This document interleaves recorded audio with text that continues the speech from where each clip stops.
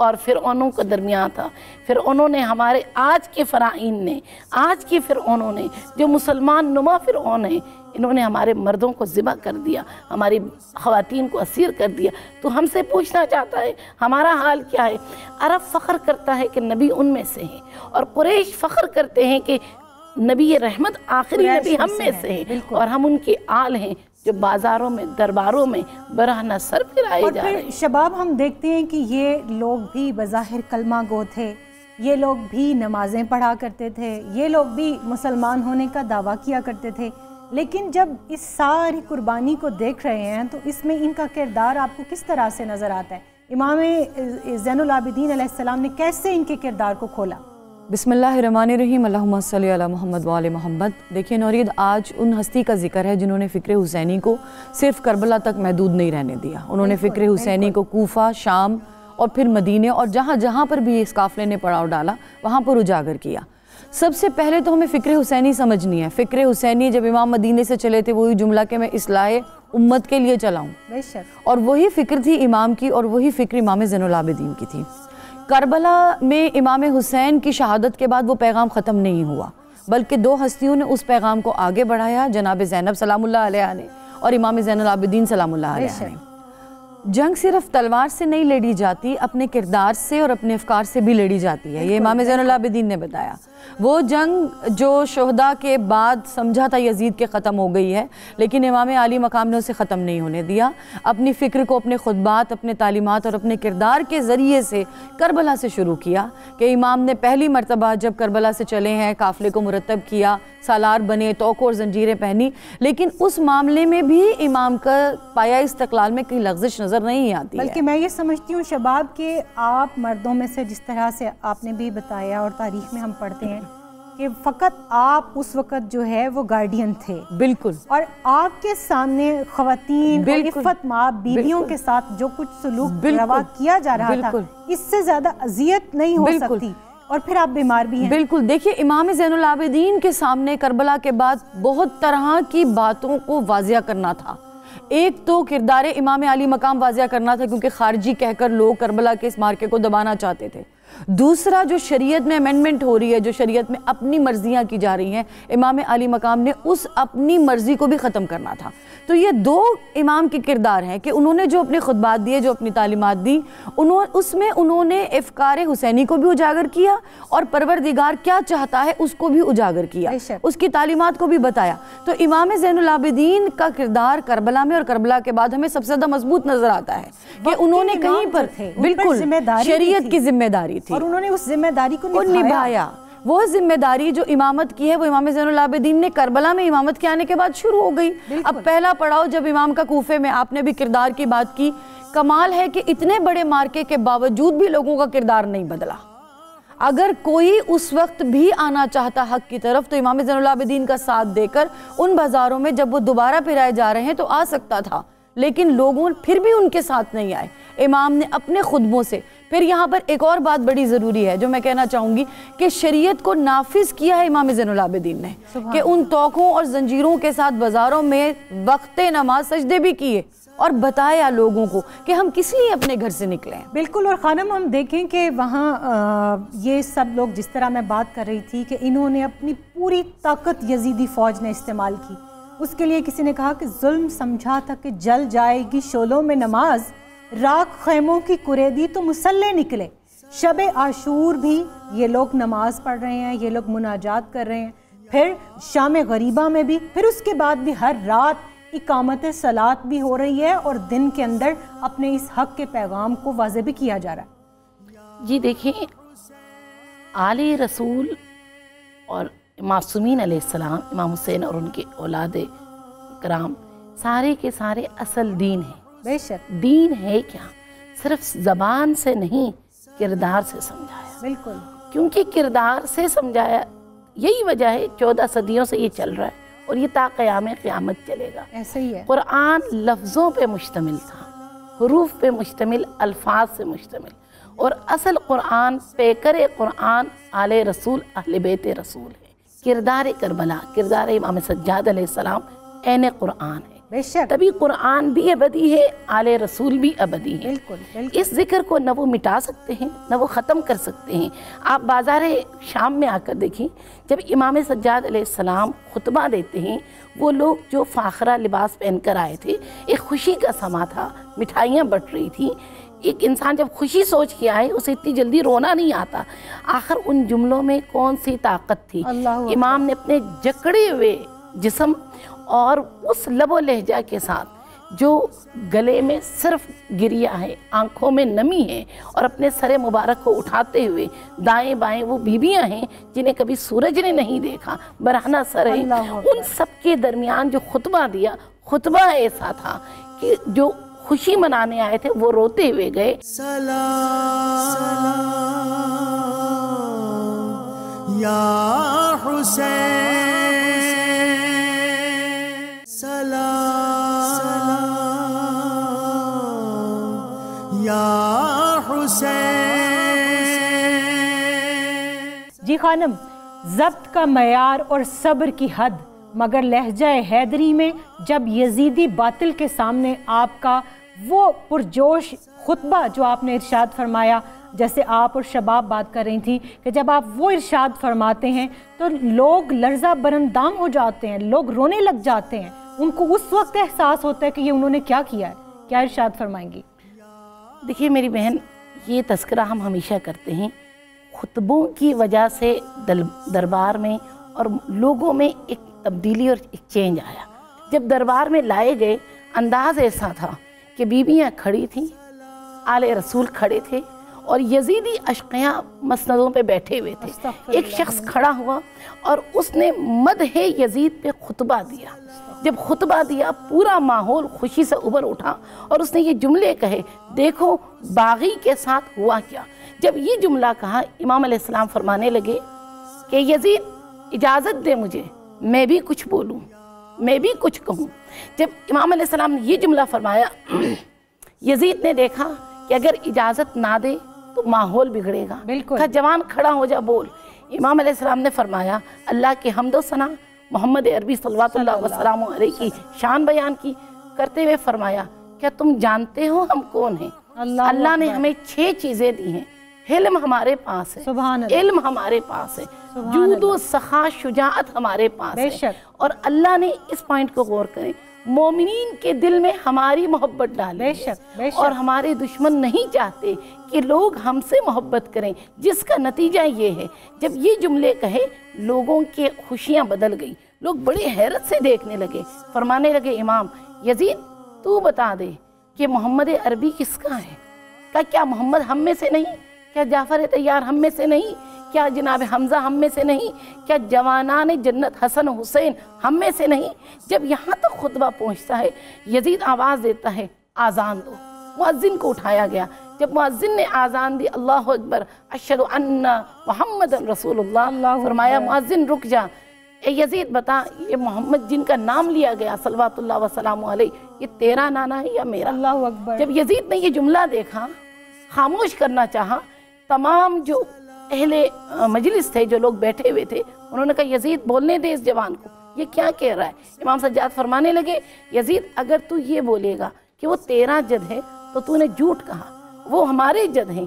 اگر وہ ہمارے جد ہیں اور تو مانتا ہے ہمارے جد ہے، اور تیرے پاس سوائے ماننے کی کوئی چارہ نہیں، بتا اس نبی کے بیٹوں کو تو نے قتل کروایا۔ یہ خانم بہت میں سمجھتی ہوں نازک مرحلہ تھا کہ جہاں پہلی دفعہ سیدنا امام زین العابدین کی آنکھیں چھلک پڑی اپنے نانا کا نام اذان میں سن کر، اور پھر یزید کے پاس شباب کیا اس کے پاس گنجائش بچی کہ جب ان کے نانا کا نام نماز میں پکارا گیا۔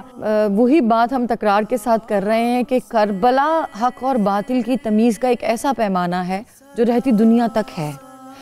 اذان کا کہلوانے کی اصل وجہ یہ تھی کہ اس خطبے سے یزید خود بھی خائف ہو رہا تھا، اور اسے ان ہستیوں کا بالکل اور وہ چاہتا تھا کہ کسی طرح سے امام زین العابدین کے اس خطبے کو روکے، اس لیے اس نے اذان کا سہارا لیا۔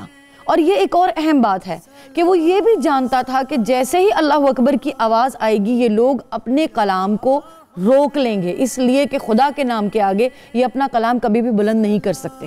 لیکن جب محمد رسول اللہ صلی اللہ علیہ وسلم کا نام اذان میں سنا تو امام کے ان جملوں سے بالکل یزید کو تخت چھوڑنے پر اور اس جگہ سے جانے پر مجبور کر لیا۔ پھر جب ان خطبوں کے بعد جو ماحول بدلا ہے، لوگ روئے لیکن کوئی بھی آگے بڑھ کر امام زین العابدین سلام اللہ علیہ کے ساتھ کھڑا نہیں ہوا۔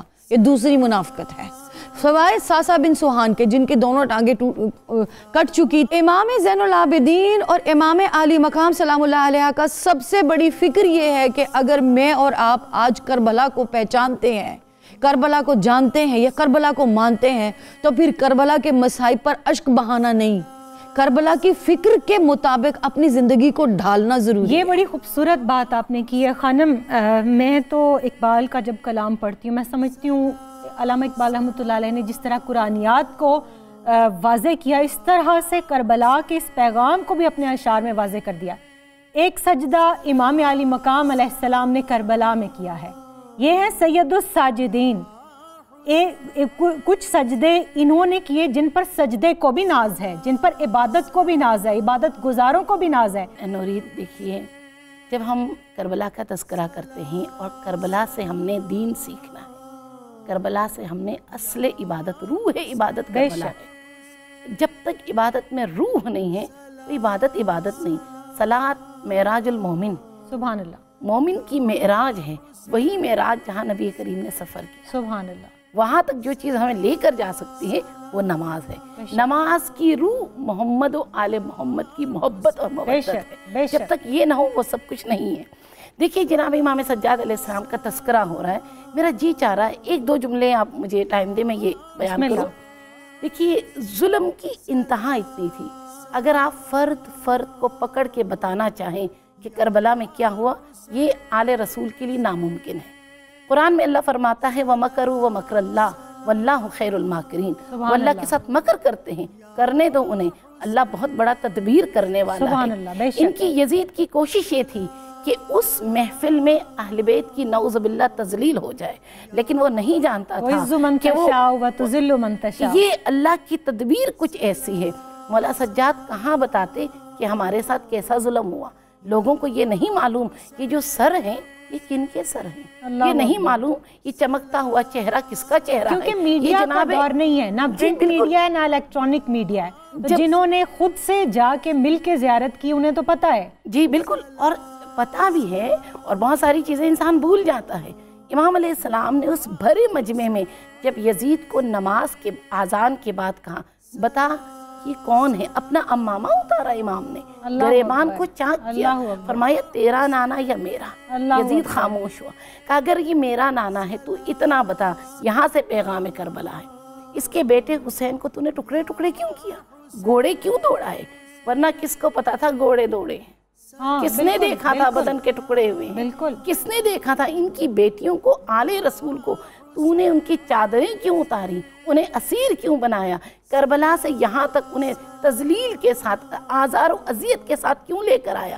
جب یہ خطبہ امام دے رہے ہیں، یزید نے کہا علی ابن الحسین خاموش ہو جا۔ لوگوں نے وہاں احتجاج کیا، پہلا احتجاج، پہلا ظلم کے خلاف آواز اسی مجمع سے اٹھا۔ لوگ داڑے مارنے لگے اور کہنے لگے یزید تو نے ہمیں کہا تھا باغی ہے، تو نے ہمیں یہ نہیں بتایا یہ اس نبی کا نواسہ ہے جن کا نام ہم آذان میں لیتے ہیں، جن کا ہم کلمہ پڑھتے ہیں۔ اے یزید اتنا بتا دے تو نے ہمیں کیا کہا اور کیا کیا ہے؟ یزید اس قدر خوف زدہ ہوا، فوراً اس نے اپنا انداز بدلا، کہا عمر سعد تو نے یہ کیوں کیا، شمر تو نے یہ کیوں کیا، ابن زیاد، اپنا سارا جرم ان پہ ڈال دیا۔ اور یہی خطبہ تھا اول و آخر کہ اسی خطبے نے حسین زندہ باد یزید مرد آباد کا نعرہ بلند کیا۔ بالکل سارا سیاسی منظرنامہ بدل کے رکھ دیا۔ یزید نے اپنی پوری طاقت استعمال کی، اپنی پوری حکومت کی مشینری استعمال کی، اپنا لاؤ لشکر آہنی جتنے بھی آپ کہہ سکتے ہیں آلات ان سے لاد کر اس نے بھیجا، لیکن اس کے باوجود جو اقبال نے کہا تھا کہ نور خدا ہے کفر کی حرکت پہ خندہ زن، پھونکوں سے یہ چراغ بجھایا نہ جائے گا۔ وہ چراغ تو اللہ کے نبی کے نور کا چراغ تھا، کیسے بجھتا شباب؟ دیکھیے نورید، سب سے بڑی بات یہ کہ یہ جو خانوادہ ہے یہ ان کی زندگیوں میں سب سے اہم مقصد ہی دین اسلام ہے، ان کی زندگیوں میں سب سے اہم مقصد ہی شریعت ہے۔ امامت کا کام ہی کار خدا کو زندہ رکھنا ہے، اور جو کار خدا کو زندہ رکھتا ہے پروردگار پھر اس کا نام اس کی فکر کو زندہ رکھتا ہے۔ جیسے بھی خانم نے کہا کہ ایک تحریک چل پڑی تھی کہ جب قافلہ کربلا سے چلا تو عمر سعد نے اپنے کچھ ہرکارے بھیجے تھے جو غلط قسم کے پروپیگنڈا کو فوج شام میں کر رہے تھے اور لوگوں کو تیار کر رہے تھے، آمادہ کر رہے تھے کہ خارجیوں کا استقبال کرو۔ جو لوگ وہاں پر سج بن کے آئے تھے وہ در حقیقت میں خارجیوں کا استقبال کرنے کے لیے آئے تھے۔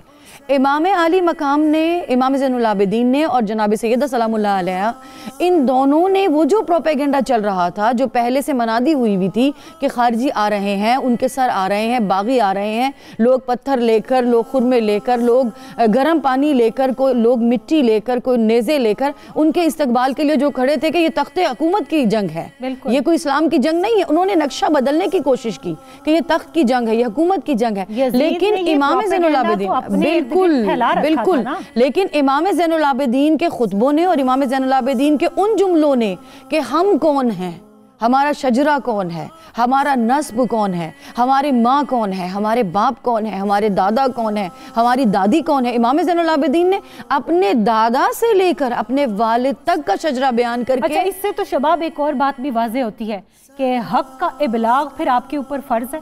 بالکل، بے شک، بالکل، اس لیے کہ امام زین العابدین اس وقت ایک طرح کی دعوت تبلیغ دے رہے ہیں، بالکل دعوت ذوالشیرہ سے بیان کر رہے ہیں، بالکل لوگوں کی نظروں سے بتا رہے ہیں۔ اگر لوگوں کو نہیں پتا، امام زین العابدین جانتے ہیں کہ پروپیگنڈا ہوا ہے، لوگوں کو نہیں معلوم، لیکن امام ایک اور موقع فراہم کر رہے ہیں اپنا حسب نسب بتا کر، امام ایک اور موقع فراہم کر رہے ہیں کہ تمہارے پاس اب بھی وقت ہے کہ تم چاہو تو حق کے ساتھ آ جاؤ، چاہو تو حق، اگر تم شناسا ہو گئے ہو تو حق پرستی کرو، اس لیے کہ امام کے خطبوں نے حق شناسائی لوگوں کے اندر ڈالی تھی، اور حق شناسائی تقاضا کرتی ہے کہ حق پرستی کیجئے۔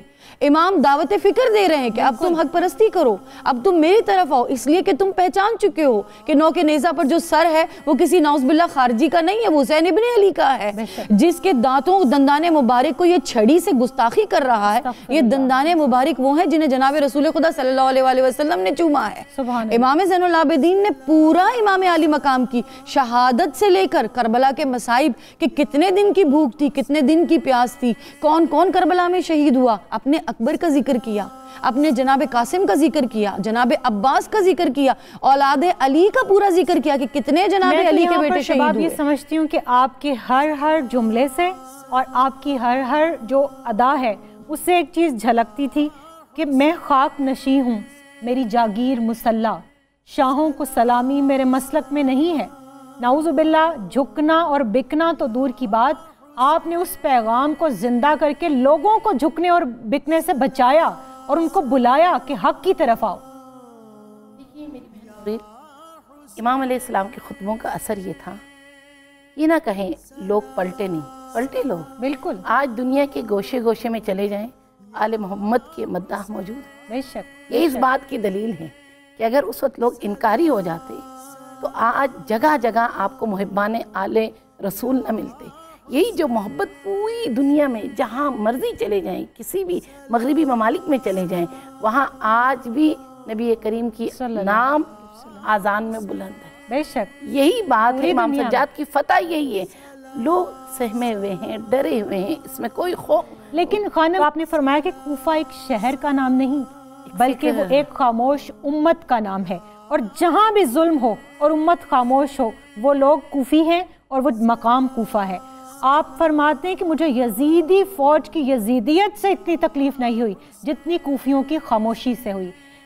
ظلم کو دیکھ کر چپ رہنا، آنکھیں بند کر لینا، گھر کا دروازہ بند کر لینا، اس کا ساتھ ظلم کا دینے کے مترادف ہے۔ بالکل ایسے، اگر ظالم کے ظلم کو سمجھتے ہوئے خاموش رہنا، اس ظالم کے ظلم میں شریک ہونے کے برابر ہے۔ شاید یہی وجہ ہے امام حسین علیہ السلام جب آخری مرتبہ امام زین العابدین سے وداع کر کے رخصت ہوئے، فرمایا بیٹا اس مظلوم کی آہ سے ڈرنا جس کے پاس اللہ کے سوا کوئی اور سہارا نہ ہو۔ اللہ اکبر۔ اور نبی کریم صلی اللہ علیہ فرماتے ہیں لیس بمسلم، وہ شخص مسلمان ہی نہیں، مومن تو دور کی بات ہے، متقی مومن نہیں، وہ مسلمان ہی نہیں اگر کوئی دنیا کے کسی گوشے میں مظلوم کی آواز سنے اور اس کا مددگار نہ ہو۔ مظلوم کی آواز سن کر مدد کرنا، اس کا مطلب یہی ہے کہ ظالم کے خلاف آواز اٹھانا۔ ہر دور میں ظالم ہیں، ہر دور میں یزیدی ہیں. اس کی وجہ یہ ہے کہ اور کوفی بھی ہر دور میں ہیں. جی یزیدی صفت، یزیدی فکر، یزیدی کردار بہت معذرت کے ساتھ وہی شیطانی کردار ہے جس نے ابا واستکبر وکان من الکافرین، اللہ کی بارگاہ میں تکبر کیا اور اللہ کی بارگاہ میں جو حکم خدا تھے اس کی تکمیل نہیں کی. یہ وہی شیطانی فکر ہے جو آج یزید کے نام سے، اس نام سے آ رہا ہے. شیطانی فکر ہے نا. کہتے ہیں یزیدیت اب بھی ہے، وہی شیطنت اب بھی ہے. اور اللہ کا وعدہ ہے، جب شیطان نے کہا پروردگارہ مجھے قیامت تک زندہ رکھنا، اللہ نے کہا نہیں، الا وقت المعلوم، ایک وقت مقرر تک میں تجھے رکھوں گا. اور وہ وقت مقرر کیا ہے اللہ بہتر جانتا ہے. یہاں پر ایک جملہ کہوں، امام علیہ السلام نے اپنے آخری خطبے میں، یہ شام کے خطبے میں فرمایا کہ امام مہدی امام زمانہ ہم میں سے ہے، اور بتا دیا وہ جو 12ویں امام ہوں گے جن کی پوری کائنات انتظار کرے گی، ہر مذہب ہر مکتب انتظار کرے گا، وہ ہم میں سے. سلام یا حسین، سلام یا حسین.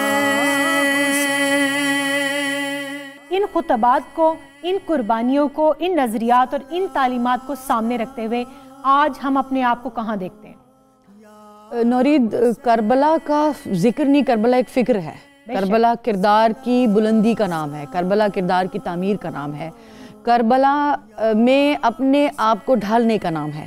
صرف محرم یا عاشور ایک دن نہیں مقید ہے، یہ ہر روز کربلا ہے. ان تمام تر افکار میں، اور جو ہم نے ابھی خطبات امام زین العابدین سلام اللہ علیہ کے جتنے بھی ہم نے ان پر مشاہدہ کیا یا ان پر گفتگو کی، اس کا لب لباب فقط اتنا ہے کہ جس طرح سے کربلا میں امام حسین نے اپنی شہادت سے پہلے 2 محرم سے لے کر 10 محرم تک سب لوگوں کو دعوت حق دی، دعوت فکر دی. بالکل اسی طرح سے امام زین العابدین سلام اللہ علیہ نے 11 محرم سے لے کر رہائی تک ہر مقام پر لوگوں کو دعوت فکر اور دعوت حق دیا، اور ایک موقع فراہم کیا کہ شاید کوئی باطل کی طرف سے پلٹ کر حق کی طرف آ جائے. بالکل آج بحیثیت امت مسلمہ، کیونکہ کربلا صرف کسی ایک مسلک، ایک فرقے کا نہیں ہے، کربلا کے لیے جو قربانی دی امام علی مقام نے وہ اسلام کے لیے دی. آج ہر شخص جو لا الہ الا اللہ محمد رسول اللہ صلی اللہ علیہ وسلم کہنے والا ہے، وہ کربلا کی فکر پر عمل کرنے کا پابند ہے. بلکہ میں تو شباب معذرت کے ساتھ، چاہے کوئی میری بات سے اختلاف ہی کرے، میرا تو ماننا یہ ہے کہ کربلا فکر انسانیت ہے. بالکل جہاں حق اور باطل آمنے سامنے ہے، وہ جرت امام حسین علیہ السلام نے دی ہے. جہاں حق باطل کی آنکھ میں آنکھ ڈال کے بات کرتا ہے، وہ جرت امام سیدنا زین العابدین اور سیدہ زینب سلام اللہ علیہا کی دی ہوئی ہے. بالکل آپ نے صحیح کہا، انسانیت کا درس ہے. جبھی جناب وہب قلبی جو ہے وہ کربلا میں امام کے ناصرین میں، امام کے شہداء میں آ کر شامل ہو گئے. بالکل آج بحیثیت امت مسلمہ، اس لیے کہ ہم فکر کربلا کو سمجھتے ہیں، سب سے پہلے تو ہمارے لیے ضروری یہ ہے کہ جہاں کہیں پر بھی ظلم ہو رہا ہے، ہر مسلک، ہر فرقے، ہر مذہب سے بالاتر، ہم نے اس ظلم کے خلاف آواز اٹھانی ہے. بالکل ہم نے اس ظلم کے خلاف گفتگو کرنی ہے، اپنی سطح پر، اپنی وجود کے اندر رہتے ہوئے، اپنے صلاحیتوں کے اندر رہتے ہوئے ہم نے اس ظلم کے خلاف آواز اٹھانی ہے، چاہے وہ کسی بھی مسلک، کسی بھی فرقے اور کسی بھی مذہب کے انسان کے ساتھ ہو رہا ہو. اس لیے کہ مولا کائنات علی ابن ابی طالب علیہ السلام کا ایک قول ہے کہ میں ہر زمانے کے مظلوم کے ساتھ کھڑا ہوں. اللہ اکبر. اس لیے ہم نے اپنے وقت کے مظلوم کو پہچاننا ہے، اور ہم دور کیوں جائیں، ہمارے مظلوم تو ہمارے اندر ہی موجود ہیں. امت مسلمہ میں مظلوموں کی تعداد بہت زیادہ ہے. یمن میں دیکھ لیجئے، شام میں دیکھ لیجئے، دمشق میں دیکھ لیجئے، آپ روہنگیا میں دیکھ لیجئے، کشمیر میں دیکھ لیجئے. آج مسلمان ظلم کا شکار ہیں، اور بھی کہیں پر بھی ناحق انسان کا اگر لہو بہایا جاتا ہے، گرایا جاتا ہے دین کے نام پر، مذہب کے نام پر. کیونکہ اسلام انسانیت کا درس دیتا ہے، اسلام کسی کو مارنے کا درس نہیں دیتا. ہمارے مذہب میں سب سے پہلے یہ کہا گیا کہ ایک انسان کو مارنا پوری انسانیت کو مارنے کے برابر ہے. تو ہمارا دین تو وہ ہے جو غیر مسلموں کے ساتھ بھی کرم اور بھلائی کرنے کا حکم دیتا ہے، سلم سے ہے، سلامتی سے ہے. خانم یہ تو بہت خوبصورت بات کر رہی تھی شباب اجتماعی امت مسلمہ کے حال کی. اگر ہم اپنے ملک کو دیکھیں اور اپنی خانقاہی نظام کو، اپنے پیران اعظام کو، اپنے سکولز کو، یونیورسٹیز کو، کالجز کو، اپنے میڈیا کو، اپنی حکومت کو، تو مجھے اقبال کا ایک شعر یاد آتا ہے کہ اٹھا میں مدرسہ و خانقاہ سے غمناک. بڑے دکھ سے اقبال کہہ رہے ہیں کہ اٹھا میں مدرسہ و خانقاہ سے غمناک، نہ زندگی، نہ محبت، نہ معرفت، نہ نگاہ. کیا منہ دکھائیں گے ہم ان ہستیوں کو کہ آپ کی قربانیوں کی لاج ہم کیسے نبھا کے آئے ہیں کہ دین سے بے بہرا، بالکل دین سے آری اور فکر حسینی سے آری زندگی گزار کر آئے ہیں۔ دیکھیے، جب ہم حق اور باطل کی بات کرتے ہیں اور آج اپنے ملک اور پوری دنیا میں جو ظلم و ستم بربریت کی انتہا ہے اس کو دیکھتے ہیں، تو سب سے پہلے میں اپنے سامعین سے کہوں کہ ہم مسلسل کہہ رہے ہیں حق کا ساتھ دیں، ظلم کے خلاف کھڑے ہوں۔ پہلے سوال یہ ہے کہ حق کو پہچانا حق کیا ہے؟ بالکل۔ کیا ظلم کی پہچان ہے؟ ان دونوں کی ڈیفینیشن پتہ ہے کیا ہے؟ جب تک حق کو نہ پہچانے کیا پتہ حق سمجھ کے باطل کا ساتھ دے رہے ہیں۔ بالکل۔ امام حسین علیہ السلام نے فرمایا کہ دین ان کے زبانوں کی نوک میں ہے، اللہ اور جو دین سے ان کو مفاد ملتا ہے یہ وہی پوائنٹ اٹھاتے ہیں، اور جس دن دین ان کو اپنی مدد کے لیے بلائے یہ منہ پھیر کر چلے جاتے ہیں۔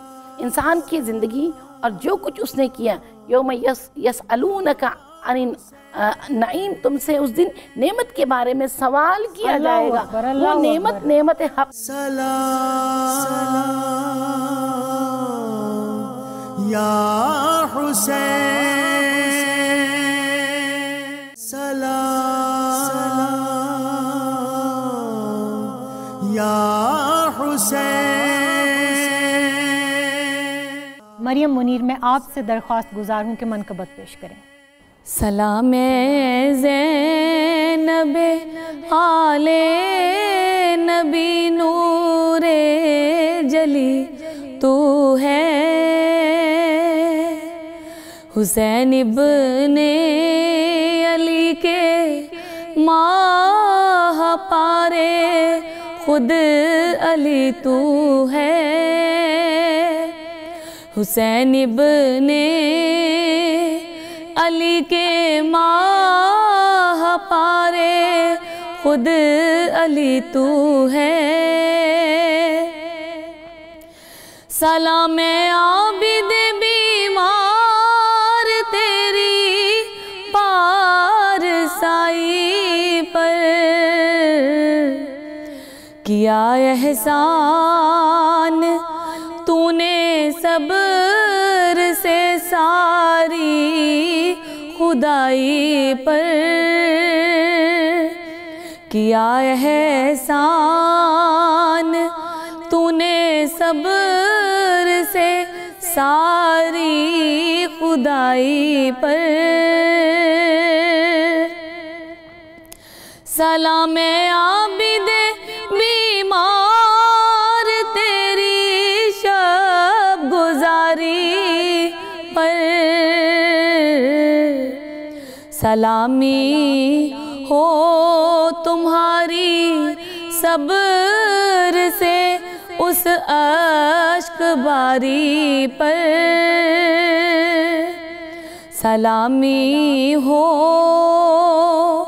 تمہاری صبر سے اس اشک باری پر،